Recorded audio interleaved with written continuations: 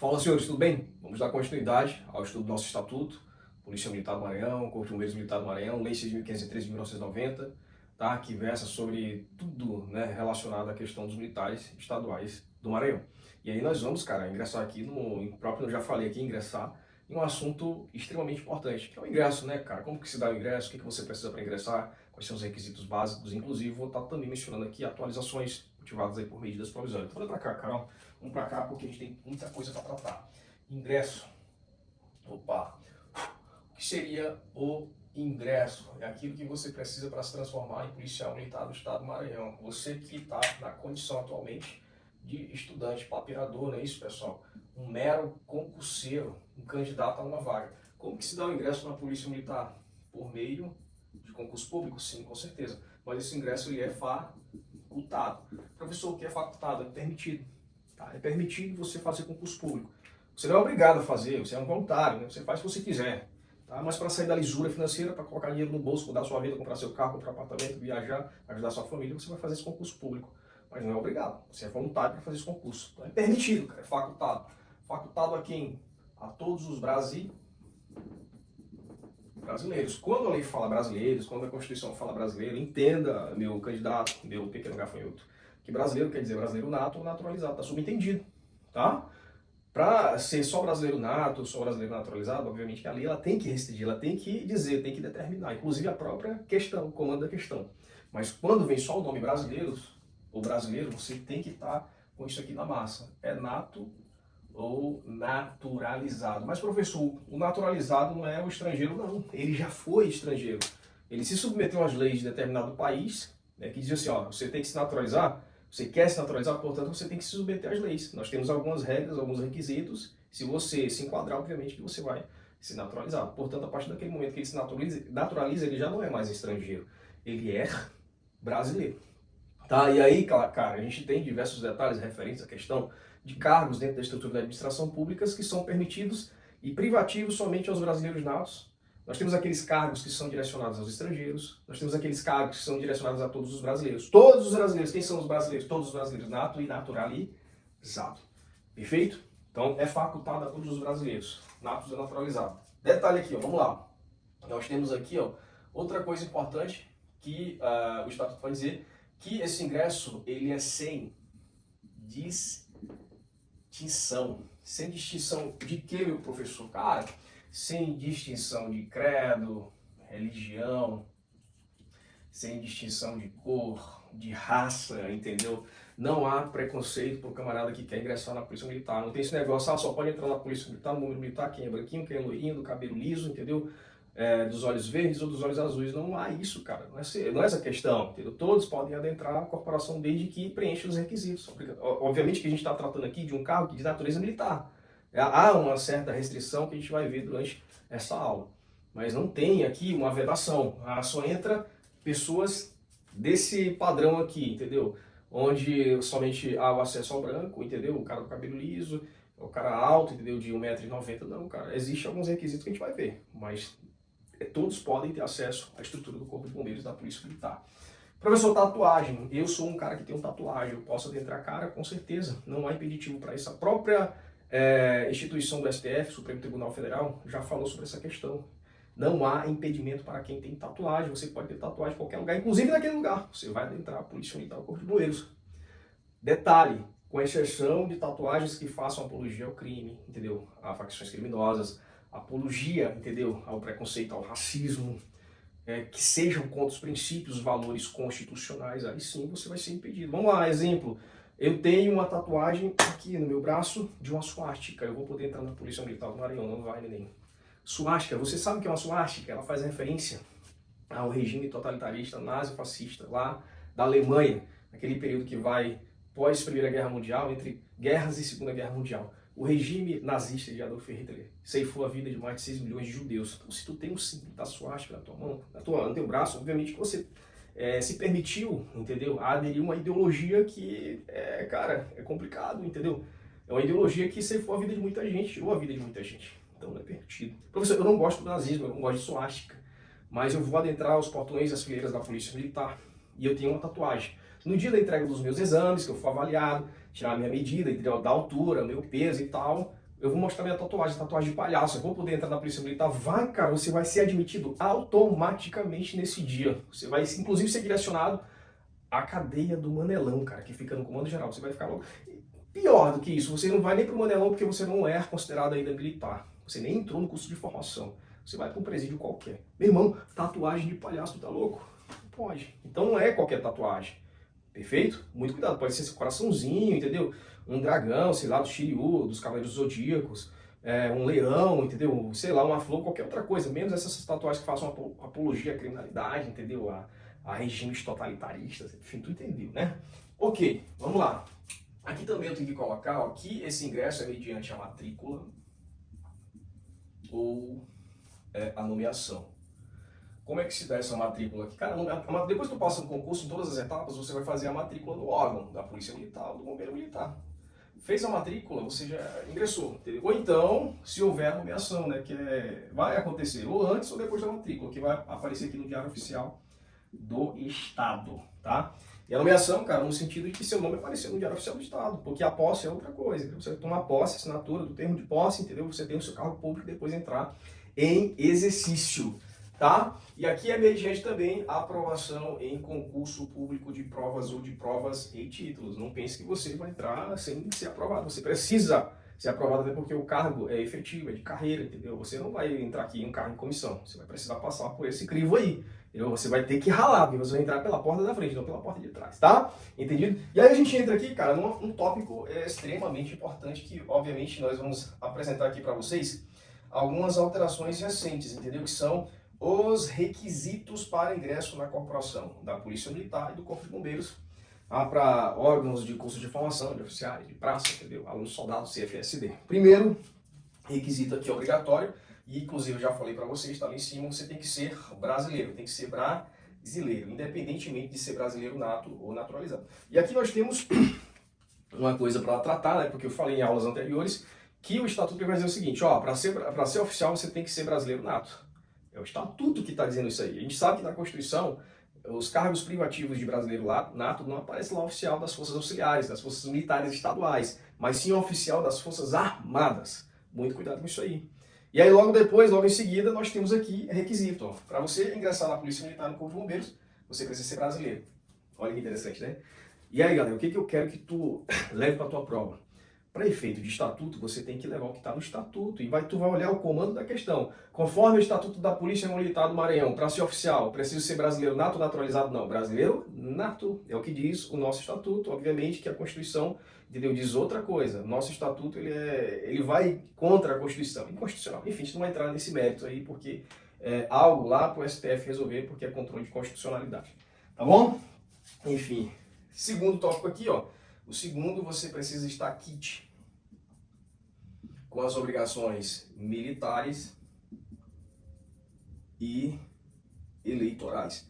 Militares, cara, isso aqui é obrigatório para quem? Para os homens. A gente sabe que hoje as mulheres, né, poderão se alistar quando elas forem completar 18 anos. Esse aqui eu lembro daquela história, quando eu estava sentado na frente da TV, da cadeira, né, assim, a cerca de 10 centímetros da televisão, que antigamente era assim, cara, a televisão estava aqui e eu estava a cerca de 10 centímetros da televisão, olhando bem de cima mesmo. Era assim que funcionava quando era criança. Eu acho que vocês também eram assim. Quem assistiu muita TV Colosso, quem assistiu Sítio do Pica-Pau Amarelo, aquelas coisas lá, Dragon Ball, entendeu? TV Globinho, enfim, essa coisa que acontecia aí antigamente, que não acontece mais, hoje todo mundo tem um celular, as coisas tudo mudaram. Era assim, era 10 centímetros da TV, quase que eu fico cego. Hoje eu nem uso óculos, mas eu consigo enxergar um pouquinho, mas tem um probleminha aqui na minha visão que foi em virtude do lado passado. É normal, acontece. Então, galera, ó, aí a propaganda da televisão vem aqui. Você que vai completar 18 anos, procure a junta militar da sua cidade para se alistar. Você vai ser reservista ou então você vai ser absorvido. Eu acho que cerca de 5% daqueles que se candidatavam à vaga, se alistavam, eram absorvidos lá pro quartel. Eu não fui absorvido, eu virei reservista. Mas isso aqui é importante, é obrigatório para o homem, por quê? Cara, isso aqui é um dos requisitos obrigatórios para você ser aceito num concurso público ou então um cargo da iniciativa privada. Você tem que ter sua reservista, você tem que ter sido dispensado. É obrigatório, é um requisito. Caso contrário, se você não tiver, você não vai ser admitido. Você vai perder seu cargo público.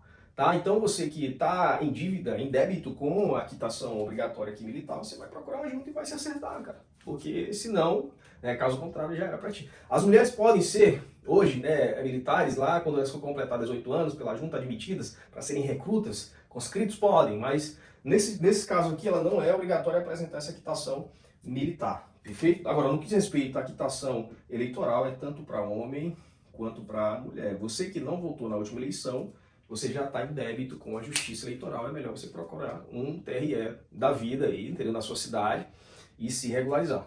Show? Mas o que a gente pode colocar aqui? Vou colocar desse lado aqui, pessoal. 3, vou colocar para cá, 3. O 3 é idoneidade moral. Professor, o que é idoneidade moral? Cara, isso aqui tá ligado à questão da sua conduta, né? Ilibado, o camarada ele tem que ter uma conduta ilibada, uma conduta honesta, tá? Ele tem que ter uma conduta ali baseada nos preceitos de ética, da moral, entendeu? Ele tem que ser um cara probo, tá bom?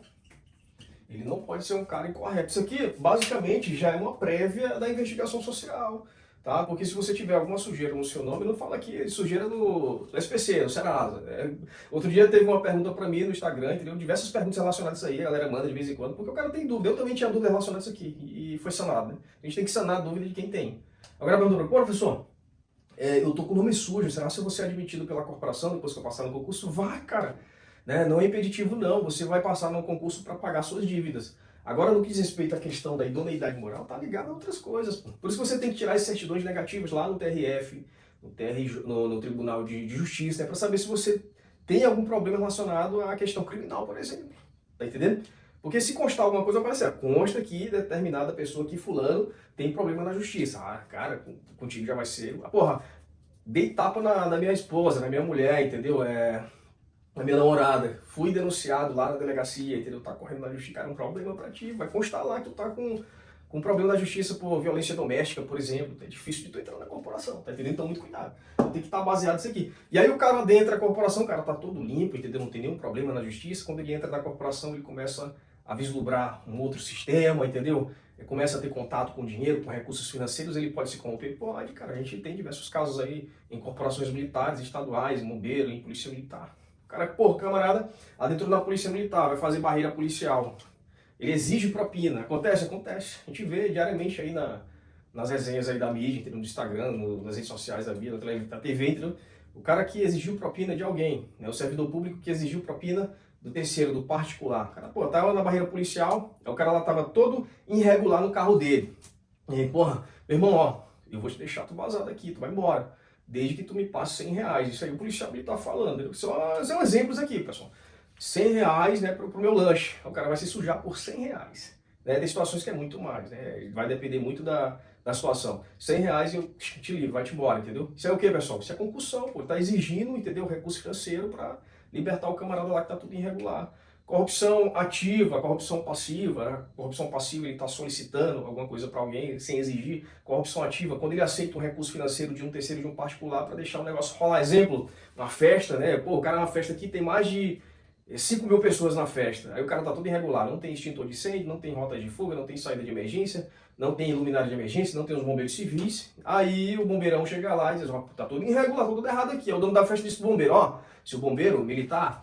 Pô, se tu me livrar dessa aqui, porque, cara, isso aqui, ó, eu tô tudo irregular, eu vou pagar uma multa aqui de R$50.000, mas, cara, eu vou te dar aqui, meu bombeirão, 7 mil, 10 mil reais pra te me livrar disso aqui. Aí, bombeiro corrupto acaba, entendeu, aceitando a propina, né, isso aí é corrupção ativa, e, meu irmão, ele pode se ferrar em crime contra a administração pública. O cara entra todo honesto na corporação, mas vem dinheiro, né, tá cheio de dívida, tá cheio de problema, vem dinheiro, e às vezes nem tá cheio de problema, o cara é porque é guloso mesmo, olho grande, e acaba se corrompendo e pode se ferrar, meu irmão.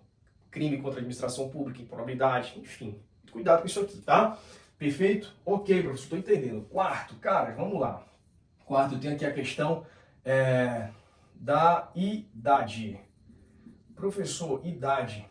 Cara, a idade é até 30 anos, não é isso, pessoal? É até 30 anos, até o último dia de inscrição do concurso público. É ou não é, pessoal? Não é mais, entendeu? Isso aqui já era, acabou.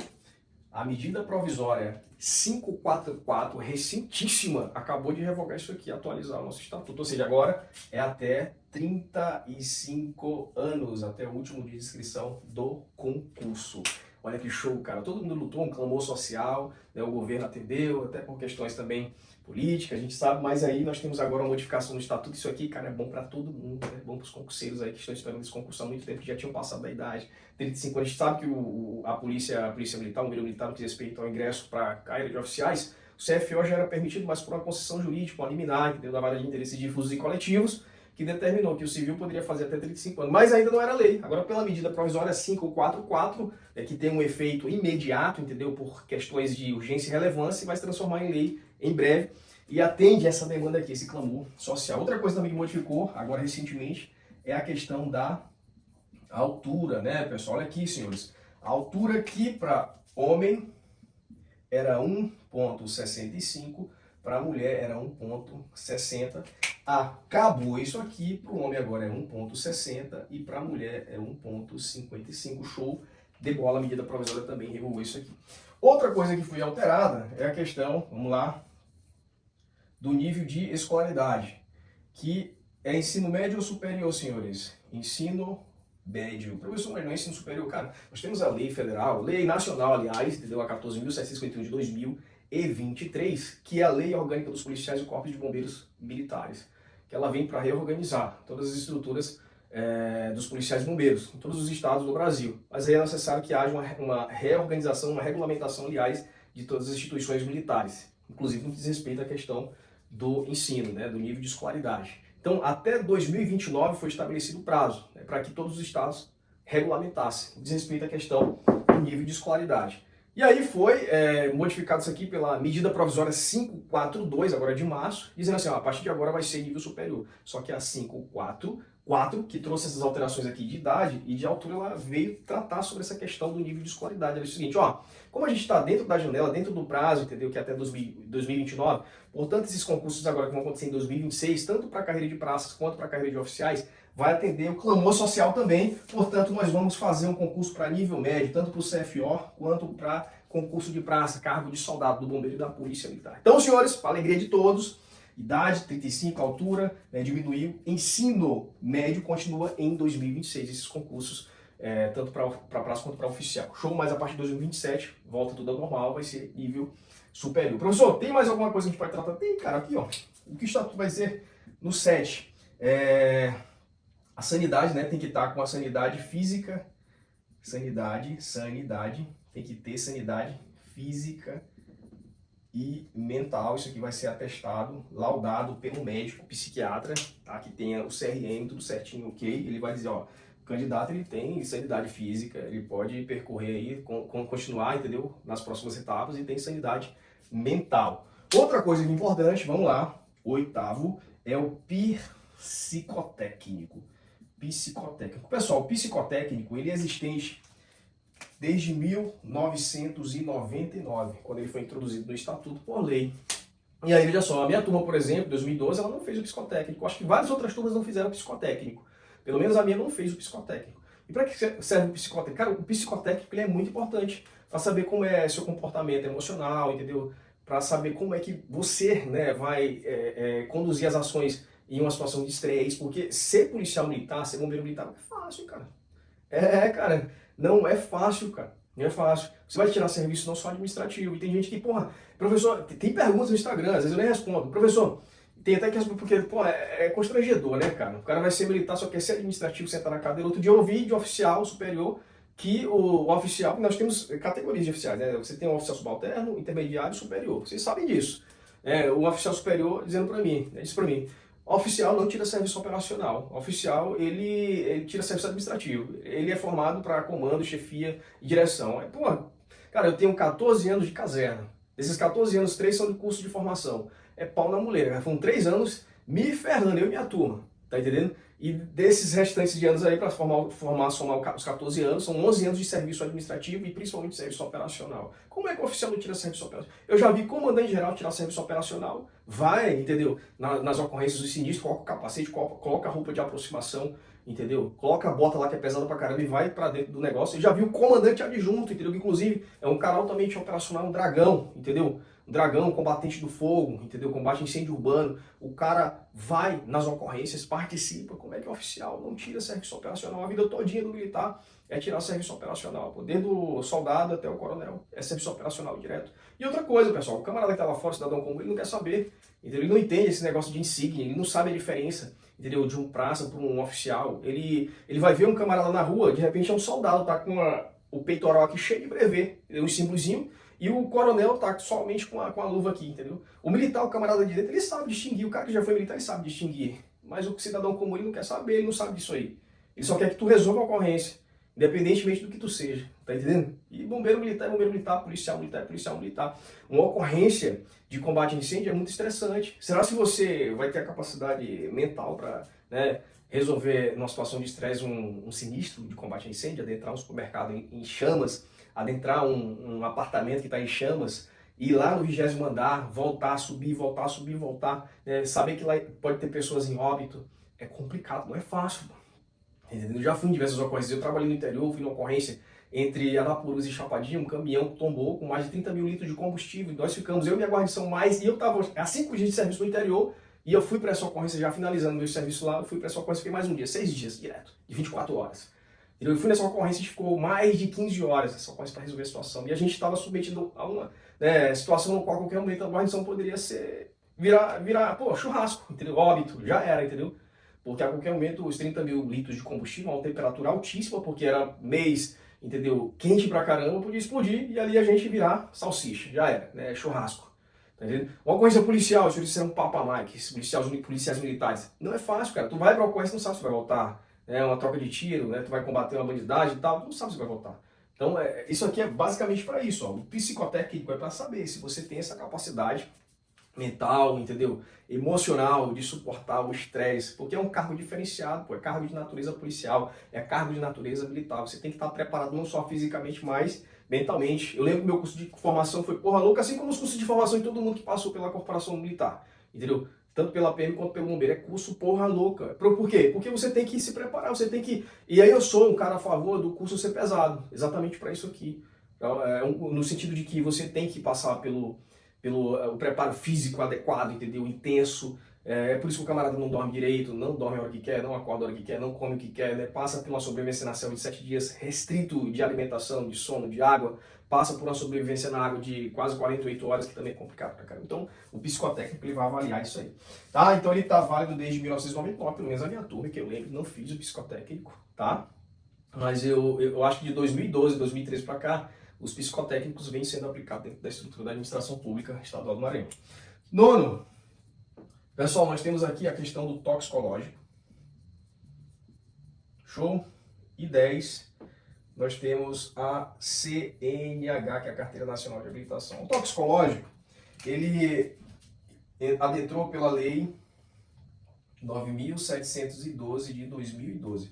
Engraçado aqui, ó, ela adentrou no dia 12 de novembro do ano de 2012 e ela é 9.712. Né? Coincidência esse número 12 aí. Mas eu não participei. Né? Tanto aqui o toxicológico quanto a CNH foi por meio da mesma lei. Tá entendendo? Eu não participei porque eu adentrei a corporação em junho de 2012, ou seja, só veio depois dessa lei aqui, ó, em novembro de 2012. Quem fez o concurso lá de outubro de 2012, que foi para a Polícia Militar, Bombeiro Militar e Polícia Civil, para carreiras militares estaduais aqui, já foi exigido isso aqui, ó. O camarada já teve que fazer o toxicológico, teve que fazer também a entrega de exame, quer dizer, os documentos da CNH, tá entendendo? Eu não precisei, né, porque eu entrei antes, mas quem fez o concurso lá pela FGV em 2012 teve que passar por isso aqui. Professor, o que seria o toxicológico? Cara, isso aqui, o toxicológico é para avaliar se tu é um usuário de entorpecentes, né, se tu é um fritão, entendeu? Usa drogas, é basicamente isso aí. Aí tem a janela de detecção, de 90 dias, de 180 dias, né? Geralmente, se você tira o cabelo aqui, é por isso que as clínicas elas deverão ser credenciadas. Porque pode haver falcatrua. O cabelo, 90 dias, né, a janela de detecção, para saber se você fez uso de alguma substância ilícita ou não.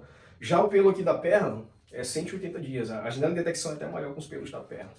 Então, acontece falcatrua? Acontece, pô. De repente, a clínica quer ganhar dinheiro. E aí vai dizer, pô, é o seguinte, cara, vai lá, fala com um amigo teu, com um parente, tira o cabelinho da perna dele, traz o cabelo aqui que a gente vai fazer o exame e tu vai ser aprovado. Infelizmente acontece isso aí, tá? Infelizmente. E a CNH é ar ou ber. Não é A e B, pessoal, muito cuidado. É A ou B. A ou B. Se você tiver a B, beleza. Se você tem só A, beleza, vale. Se você tem as duas, show de bola. Mas é A ou B, não é A e B. Então são detalhes que os senhores deverão estar atentos, né? Vou até sair da frente aqui, faz o print, tá? Faz o print aí, show de bola. E vamos pra cima, né, galera? Vamos pra cima que vai dar certo.